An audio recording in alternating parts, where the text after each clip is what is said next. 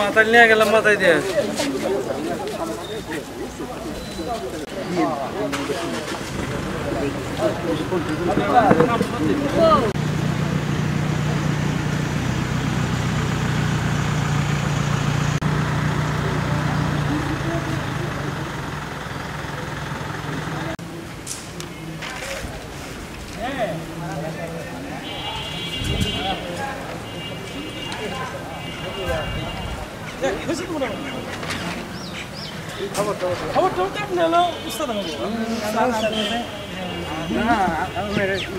অবস্থা কি পার অবস্থা ভালো হয়েছে, ভালো হয়েছে না?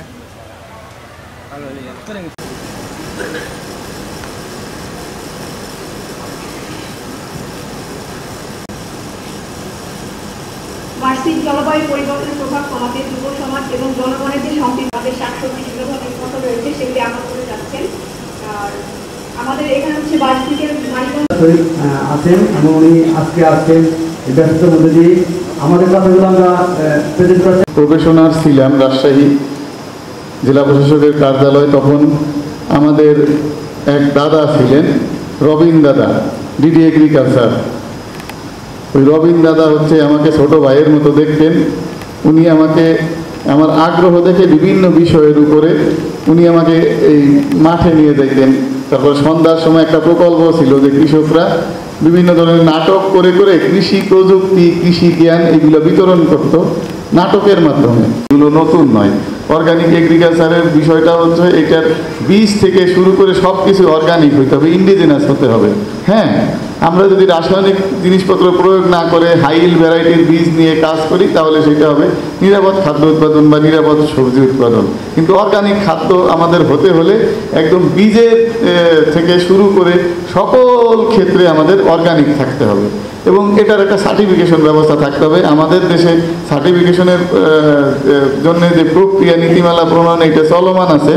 বিভিন্ন ধরনের স্টেক হোল্ডারের সাথে মতামত গ্রহণের পরে হয়তো আমাদের অর্গানিক সার্টিফিকেশনের একটা নীতিমালা তৈরি হয়ে যাবে। তখন যেই খাদ্যগুলো আমরা উৎপাদন করব এইগুলো সরকারের কর্মকর্তারা যারা অর্গানিক সার্টিফিকেশনের জন্য নিয়োগপ্রাপ্ত হবেন তারা হয়তো এইগুলো একদম বীজ থেকে উৎপাদন প্রক্রিয়া সম্পূর্ণ বিষয়টা মনিটর করে তখন সার্টিফিকেশন দিবেন যে এই খাবারটা, এই জিনিসটা অর্গানিক।